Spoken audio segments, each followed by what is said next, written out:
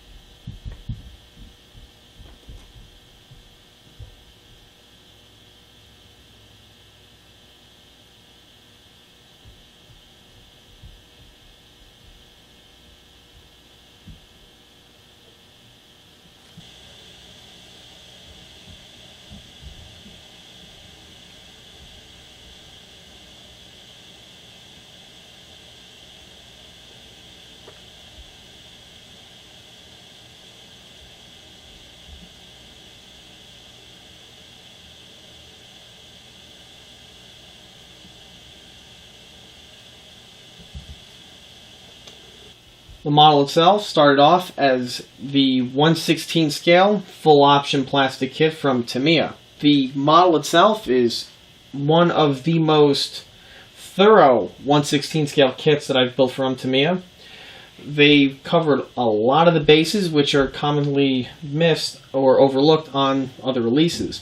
This vehicle here features some incredible detailing such as photo etch mesh for the grills as well as the bustle racks. It also includes the miniature chain for the smoke dischargers, clear plastic parts for all the periscopes, as well as actual rubber cladded tracks for the running gear. In addition to the very well thought out exterior detailing, the kit also supplies several technological innovations that I've never seen before on a 1/16 scale tank, or any tank kits for that matter, namely that of the tank's headlights and taillights. Unlike the earlier Tamiya 1/16 kits that I've worked on, in which they have micro bulbs for to illuminate all of the lenses, on this model here, all of the lights are lit via LEDs and with fiber optics. Typically, fiber optics are normally found in science fiction as well as sometimes in model aircraft. However, it's not too common to see them on model AFV. In addition to all of the tank's features, the model itself is actually very, very large. It's probably the largest 1/16 scale tank I've ever built, and it's actually getting pretty difficult to get the whole tank to fit in frame in my usual filming area. Starting with the model's running gear and suspension, one feature that I noticed that the Leopard 2 differed from the other Tamiya releases is that, unlike the other Tamiya releases in which they were heavily reliant on die cast as well as other metal components for the suspension, namely the swing arms and some portions of the lower hull, for the Leopard 2 it is entirely comprised out of plastic.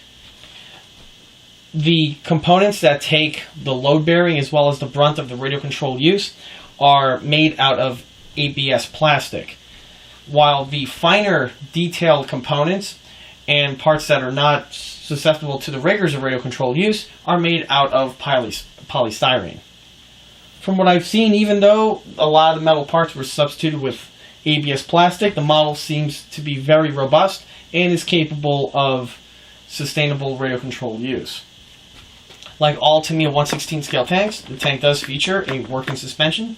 The suspension themselves are actual torsion bars, they're not springs or anything, and work very well and assemble very easily.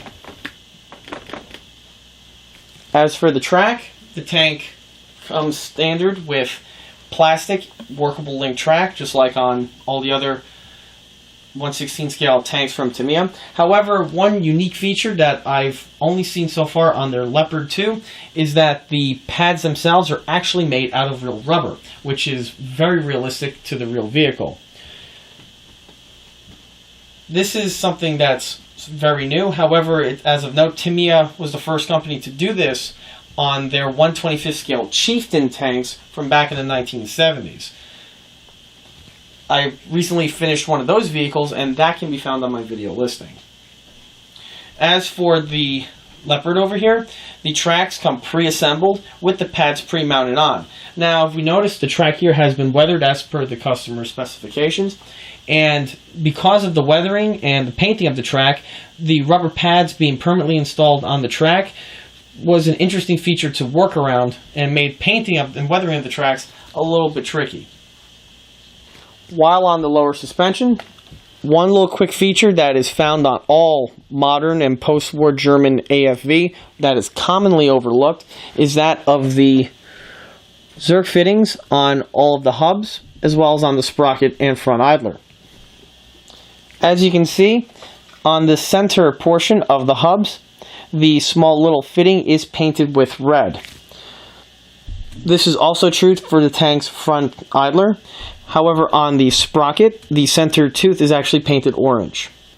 Moving our way to the rear portion of the vehicle, all the components that you see here are left as stock, as Tamiya did an adequate job. Just as a basic run through, these two locations here are the tank's exhausts, and they do get very, very sooty on the real vehicle. The tow cables that you see here are the kit supply ones and are made out of a flexible vinyl, as are the mud flaps that are on the rear portion of the vehicle. The usage of this material for this application is very handy and really helps with the model. As you can see, the taillights are very similar to that of a truck, and like I mentioned before, are all lit via fiber optics. All the lenses that you see here are the kit supply ones and are molded in clear plastic, to which you paint the inside portion of them, to which you then glue it onto the vehicle. Also, a unique feature is that on the convoy light here in the back, there's a small photo etch bracket that gets glued as a brush guard. That feature is another nice touch that is found on the 1/16 Tamiya.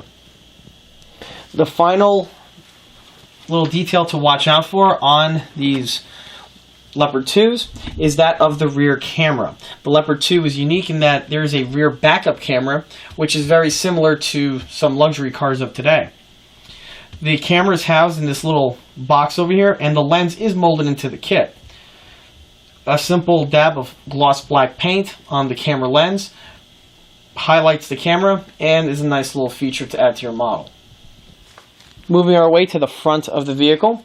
On the Leopard 2, as we can see, the front glacis plate is used for that of spare track and grouser storage.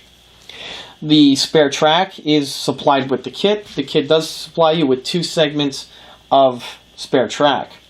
Also supplied are the track grousers. As for the grousers themselves, the grousers on the Leopard have the ability to be mounted to the track links themselves. By the removal of a track pad, you can replace it with the X-grouser clip that you see here. The purpose of the grousers is that it gives the tank more traction on softer surfaces. When the grousers are not in use, they are stowed on the front portion here of the vehicle. This feature is common on the earlier variations of the Leopard as well. Another unique feature found on post-World War II German tanks is that of the side view mirrors. Reminiscent to the Sherman as well as the Pershing, the vehicle features side view mirrors for transport and highway use. When the vehicle is not being used for transport, the mirrors are folded in the state that you see here. The mirrors are the kit original and are modeled to be kept in the stowed state. However, without a whole lot of elbow grease, the modeler can make them in the transport mode if he so seems fit. One unique feature of the Tamiya kit is that the kit also supplies you with the inserts for the mirrors themselves. The mirror inserts are installed on the model, however, because of the way they are mounted to the vehicle, are not visible in this video. The kit itself also has the feature of a workable driver's hatch. On the Leopard 2, the hatch simply slides out of the way. Now, like all of my 1/16 scale radio control tank builds, I like to have a recharge rack mounted in the vehicle so that you can recharge the model without having to disassemble the vehicle. Because of the functional hatch, I went ahead and incorporated the recharge jack in the front portion here of the model. To recharge the model, you simply open up the hatch, pull out the jack, and you can now hook this up to your recharger, and you can recharge the tank without any tools or any disassembly required. Once the model is fully recharged, you simply stuff the cable back inside the lower hull and close the hatch. Now, because of the design of the Leopard, in order to get access to the recharge jack itself, the turret, as you notice, is rotated out of the way. With the turret out of the way, it gives a lot more access to the modeler in order to get to the component. With the turret out of the way, you can now see the rest of the engine deck. Like I mentioned before, the kit is very thoroughly detailed with the Pioneer tools as well as other components that are found on the Leopard 2. Also, with the turret out of the way, we can see how the vehicle's upper and lower hulls can disassemble. The upper and lower hulls are bolted together via 4 bolts, 2 of which are found on the under panel of the front glacis plate, and the other 2 are located underneath the tank's fan grills. To get access to the fan grills are held onto the tank via magnets and simply lift out of the way. Once the fan grills are removed, you can see the 2 positions where the Phillips screws are located. The fan grills themselves simply lock back onto the tank and have a certain key notch which prevents them from being mounted to the tank incorrectly. There's the little notch back here, and that lines up on the corresponding location on the hull. And here we have a closer look of the fan grills. As you can see, the photo etch mesh, which is supplied with the kit, is installed. Not only is the mesh supplied for the 2 grill covers, but as you can see on the other air intakes, their perforations are also present and are also done via the photo etch. Moving our way to the tank's turret detailing, start with the tank smoke trajectors. Like on all post-World War II German tanks, the Leopard 2 features the Bundeswehr style smoke trajectors, which have the rubber caps and are chain retained. The way you see it here is 100% stock Tamiya and are extremely nicely done. They are fully detailed with all of their finely molded in detailing, and the chain retention piece that we see here are also supplied with the kit. They assemble very easily and look very nicely done once installed. Same is true also for the rear bustle bins. As you can see, they feature all of their perforations as this component is made out of photo etch. This is true for both sides of the turret. Also, while on the rear portion of the turret, we have here the spare track connectors, which are located on either bin. They have been weathered and mounted to the vehicle, again, completely stock Tamiya. One portion that was slightly modified was that of the wire spool. The spool itself is supplied with the kit, however, the wire on the spool is not. One advantage of the kit is that the kit does have a small little notch molded into the spool reel in order for you to stick a piece of wire in and to spool it up just like the way I have it here. I simply used thin floor wire, and once the component was fully wrapped up, I went ahead and painted and weathered the spool and then installed it to the model as per the instructions. The spooled wire does give the model a little bit of extra detailing. Moving from the spool takes us to the antenna bases. The Leopard 2, as well as other German post-war tanks, feature a flexible antenna base which is very reminiscent to the style of the US MP65. In fact, I wouldn't be surprised if they were modified from the MP65 design. They feature an insulator, a flexible rubber center portion, as well as the antenna plug tip. These components here are stock with the Tamiya and are nicely done in that they are fully flexible. The kit does supply you with 4 of these components, 2 of which are made on the flexible material that we see here, and the other 2 are casted in the standard Tamiya plastic. Only utilizes 2 of the antenna bases, and the other 2 are simply just left for the spare parts bin. As for the antennas, because the model features a 2 GHz radio, no external antenna is required, because of which it cuts down on the amount of electrical equipment inside the turret, which when I take it apart in an upcoming scene you'll see why that's important. And also it cuts down on having to modify the plastic kit antenna for use of radio control, because of which the model is a lot more cleaner and a lot more accurate. Next to the tank's control panel, in order to power the tank on, that is facilitated by a hidden trapdoor which is located on the rear bustle of the turret. To turn the vehicle on, you simply remove this panel. As you can see, the panel is held on via magnet, and so no fasteners are required. With the panel removed, you have access to the tank's controls via the DMD. Here's the power switch, the volume control, as well as a few other little toggle switches that control other features on the model. Once the vehicle is powered on, you simply plate the cover back on, and the model is now ready for operation.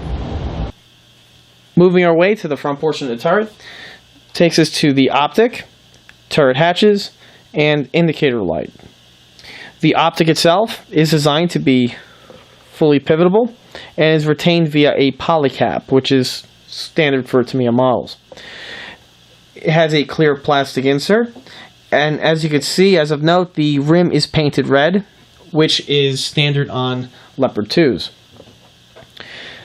The hatches themselves are permanently affixed in the closed state.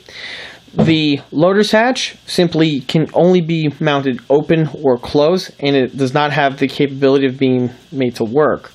The commander's copula is actually bolted to the tank, and via a screw, if you loosen the screw on the inside, you can mount the hatch in the open state.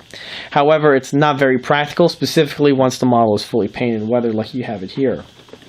As for the indicator light, the light is supplied with the kit, however, was modified. The kit original light featured an external cable which came out of the bottom and ran along the turret and entered into the tank, to which it could then plug to the DMD.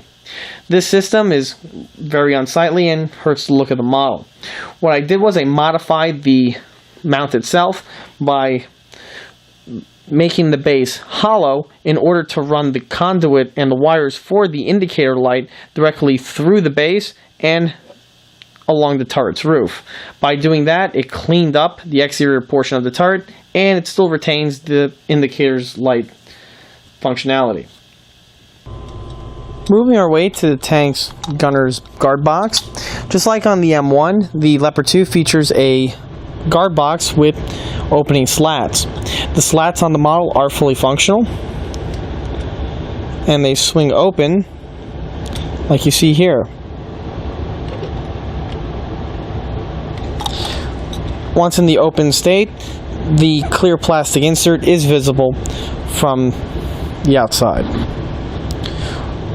Once not in display, you can simply fold them up and keep them closed like you see here. Now, one unique feature of the Tamiya Leopard 2 is that, unlike the other Tamiya tanks in which all of the electronics are mounted in the hull, on the Tamiya Leopard 2, all the electronics are mounted inside of the turret. Because of this, the turret features a very complex and interesting way of revolving that differs from the other Tamiya models. Because of that, you can't really rotate the turret out of the way like you would on, say, the Pershing or the Tiger 1. To get access to the interior portion of the turret, that is done via these two side panels on either side of the model. You swing them open, and as you can see, there's two lugs on opposite sides. By rotating the lugs and removing them,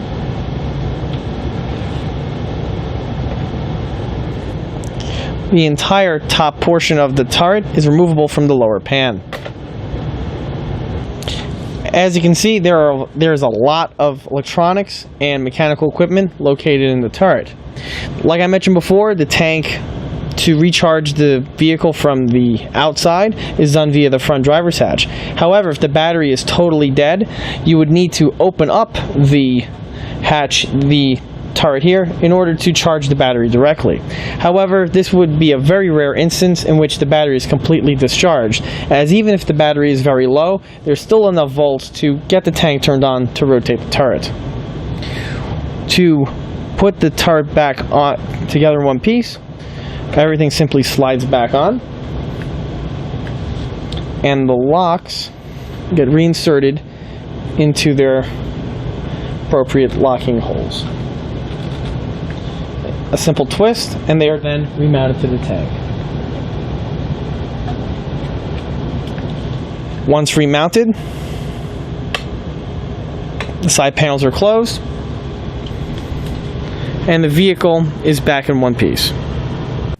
Just like the rest of the Tamiya 1/16 scale full option kits, the kit features the sound system as well as all the other turret and hull functions. Turn on the tank, I simply turn on the switch on the radio, just like with all radio controlled model tanks. I again remove the access panel, hit the power switch,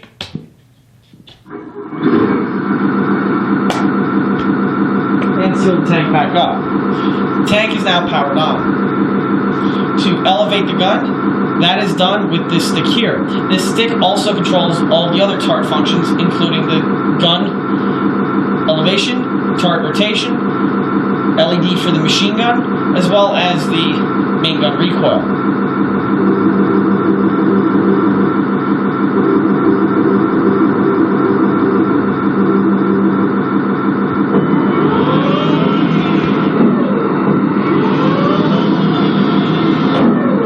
Because of the way the Tamiya kit is designed, the kit features a very smooth turret rotation system, which is probably one of the smoothest I've ever seen on any of these 1/16 scale kits.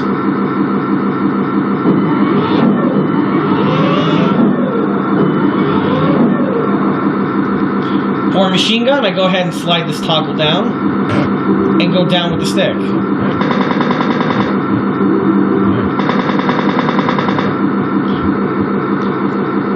Fire the tank's main gun, the toggle switch is brought up to the top, and the toggle on the radio, the stick will be brought up to the top. That will fire the photostrobe, trigger the gun's recoil, and then a unique feature that this kit has is that the gun will then drop down to simulate the reloading procedure.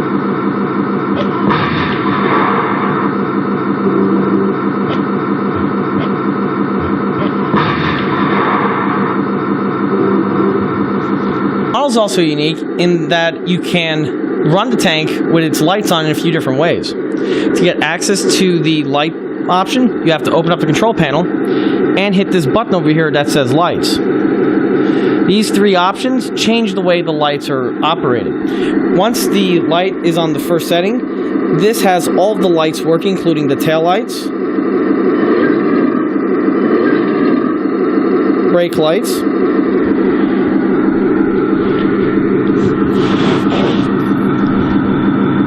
bow headlights, as well as the two side convoy lights.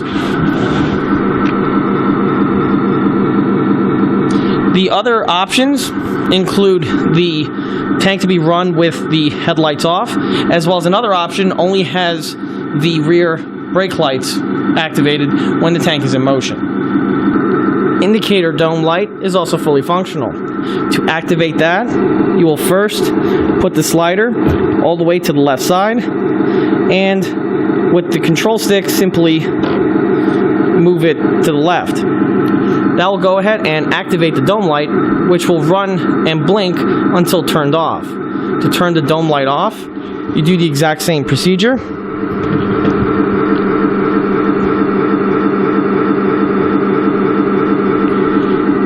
And now the dome is...